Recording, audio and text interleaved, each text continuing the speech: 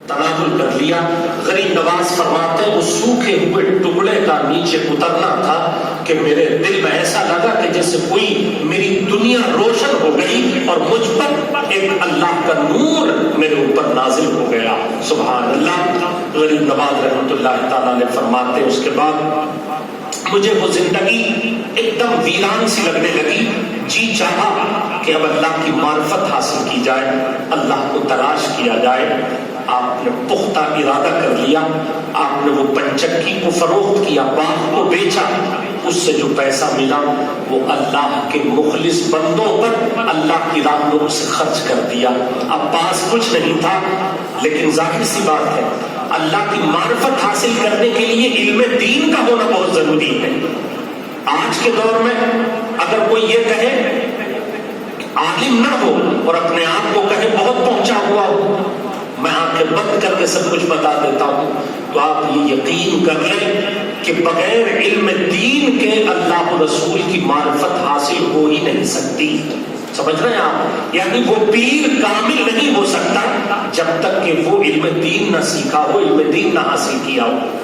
ہاں یہ الگ بات ہے, کوئی ضروری نہیں ہے کہ 9-10 سال آپ بھی مدرسے میں رہ کر علم حاصل کریں, لیکن فرض کتنا ہے علم اتنا تو حاصل کرنا ہر مسلمان کے لیے ضروری ہے. تو پیر, وہ پیر کیسے پیر ہو سکتا ہے جس نے مدرسے کا منہ نہ دیکھا ہو, جسے حرام اور حلال کی تمیز نہ ہو, وہ کیسے پیر ہو سکتا؟ بات کو ادھر ہی لائیں. غریب نواز رحمۃ اللہ تعالیٰ علیہ نے علم دین حاصل کرنے کا ارادہ فرما لیا.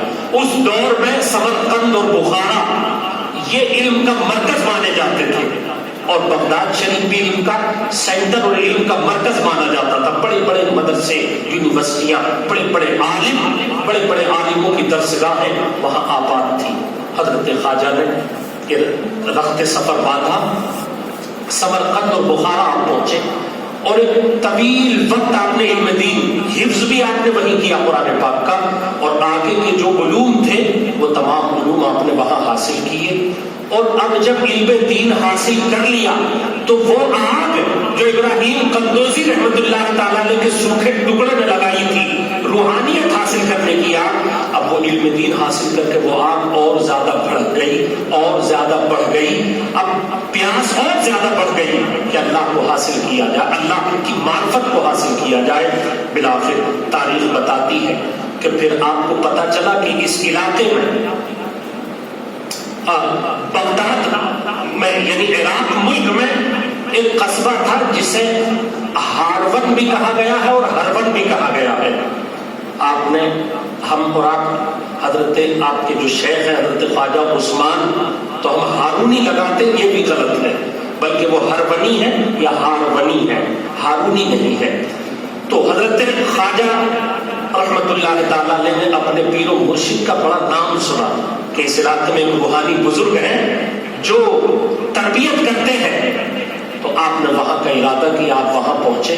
حضرت خواجہ عثمان ہارونی رحمۃ اللہ تعالیٰ علیہ نے جب پہلی نظر حضرت خواجہ معین الدین رحمۃ اللہ تعالیٰ علیہ کے چہرے پر ڈالی, آپ سمجھ گئے کہ یہ کوئی خاص آیا ہے.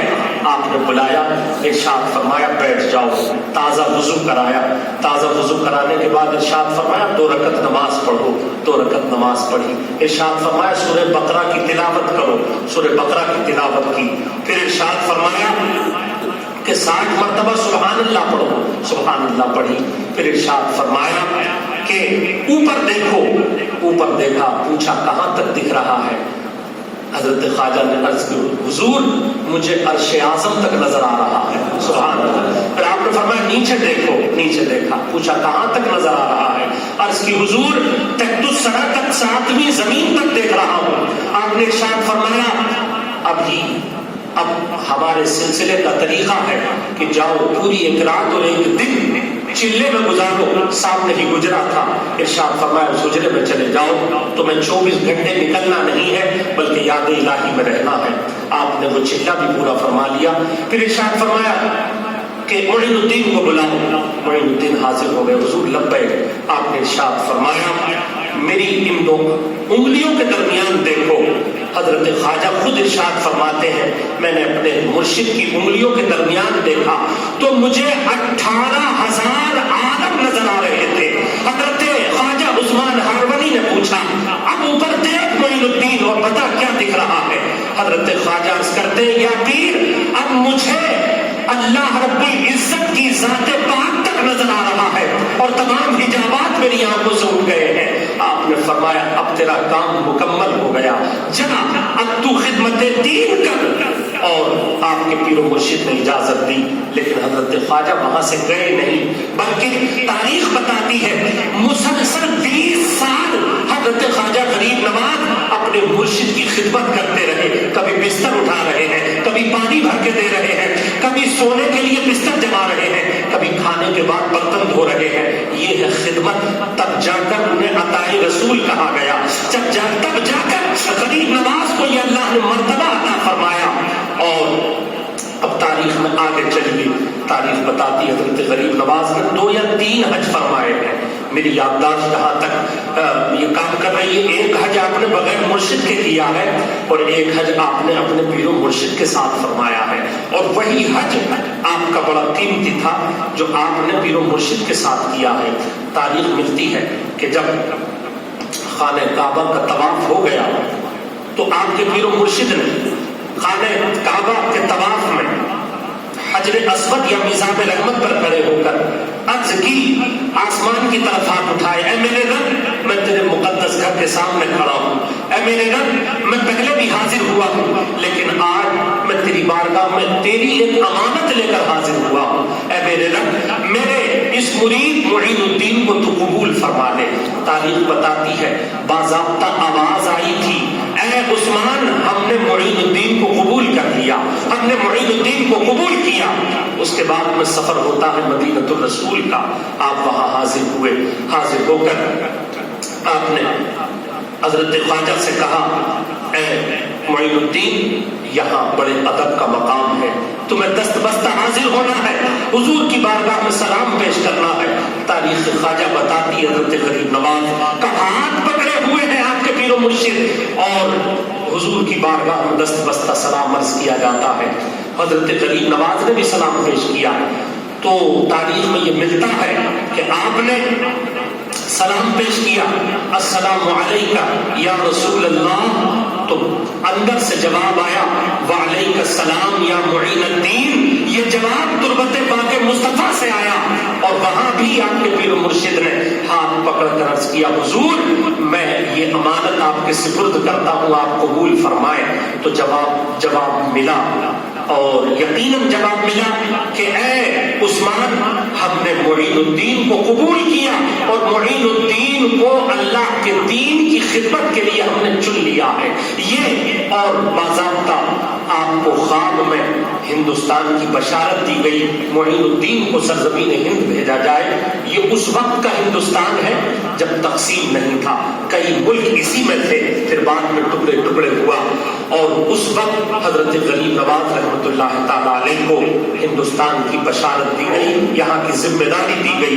حضرت غریب نواز رحمۃ اللہ تعالیٰ علیہ نے اب ہندوستان کا سفر شروع کیا۔ میں یہ مختصر میں آپ کے سامنے عرض کر رہا ہوں، ورنہ اس کی بہت ڈیٹیل ہے۔ حضرت غریب نواز رحمۃ اللہ تعالیٰ علیہ نے اپنے پیر و مرشد سے اجازت لی، حضور کی بارگاہ سے اجازت لی، باضابطہ ہندوستان کا نقشہ آپ کو خواب میں دکھایا گیا، شہر اجمیر کا نقشہ خواب میں دکھایا گیا کہ اس شہر میں جا کر قیام کرنا ہے۔ آپ اجازت لے کر آپ نے سفر شروع کیا۔ آپ کو راستے میں بہت سارے شہر ملے، چونکہ پیدل سفر ہو رہا تھا، جہاں بھی کسی بزرگ کا پتہ ملتا آپ وہاں قیام کرتے اور ان سے اکتساب فیض کرتے۔ راستے میں ایک بستی سنجان نام کی ملی، آپ وہاں ٹھہرے اور حضرت شیخ نجم الدین کبرا رحمۃ اللہ تعالیٰ علیہ کی بارگاہ میں اپنے 2.5 سال قیام کیا اور وہاں اکتساب فیض کیا۔ پھر آگے بڑھے، پھر آپ نے قصبہ جیل میں، یہی جس کو جیلان کہا گیا بعد میں گیلان کہا گیا، اور حضرت غوث پاک رضی اللہ تعالیٰ عنہ کی بارگاہ میں آپ نے اکتساب فیض کیا۔ یہ زمانہ وہی ہے جب غریب نواز رحمۃ اللہ تعالیٰ علیہ آپ کی شہرت سن کر حضرت غوث پاک رضی اللہ تعالیٰ عنہ کی بارگاہ میں حاضر ہوئے، اور وہاں ایک روایت یہ کہ 5 مہینے قیام کیا، اور ایک روایت یہ کہ 57 دن قیام کیا غریب نواز رحمۃ اللہ تعالیٰ علیہ نے۔ پھر بعد میں آگے بڑھے، بغداد میں شیخ شہاب الدین سہروردی کہ پیر و مرشد شیخ ضیاء الدین رحمۃ اللہ تعالی علیہ کی بارگاہ میں اکتساب فیض کیا. پھر بغداد ہی میں ایک اور بزرگ کے بارے میں آپ کو پتا چلا. آپ اس واقعے کو ضرور سنیں.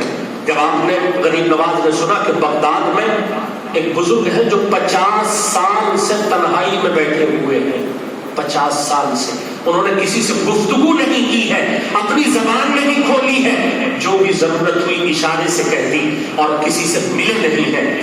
جب یہ تاریخ آپ کو پتا چلا غریب نواز کو, تو آپ ان سے ملاقات کے لیے گئے.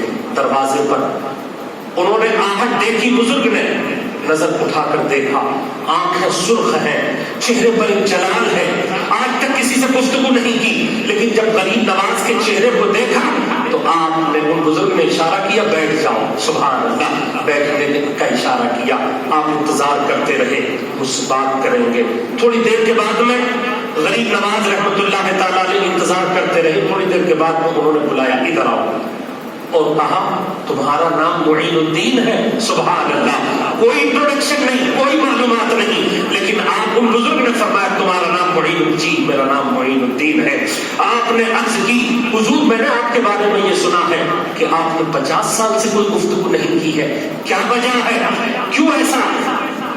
آپ فرماتے ہیں میں بھی تمہاری طرح سفر کرتا تھا, میں بھی تمہاری ہی طرح سفر کیا کرتا تھا, اور یعنی سفر کرتے کرتے ایک بار ایسا ہوا کہ میں ایک شہر سے گزر رہا تھا. اب آپ ذرا غور کریں کہ اللہ نے ہم سب کو کچھ نہ کچھ ذمہ داریاں دی ہیں. آپ یہ کہہ کر قیامت میں نہیں چھوٹ سکتے کہ میں نے اپنے بچوں کو اعلیٰ تعلیم دلا دی تھی, بہترین ایئر کنڈیشن گھر دے دیا تھا, اچھی سوسائٹی انہیں دی تھی, عزت دی تھی. نہ, آپ سے پوچھا جائے گا ان کو نمازی کیوں نہیں بنایا تھا, انہیں قرآن پڑھنا کیوں نہیں سکھایا تھا, انہیں اللہ و رسول کی معرفت پہچان کیوں نہیں بتائی تھی. یہ بھی سوال ہوگا, اس لیے کہ ہر باپ اپنے بچوں کا بادشاہ ہے اور بچے اس کی رعایا ہے. اس لیے فرمایا گیا, حدیث پاک ہے کہ ہر بادشاہ سے اس کی رعایا کے بارے میں سوال پوچھا جائے گا, اس نے اس کے لیے کیا کیا ہے. اب یہ واقعہ سنیں, غریب نواز سے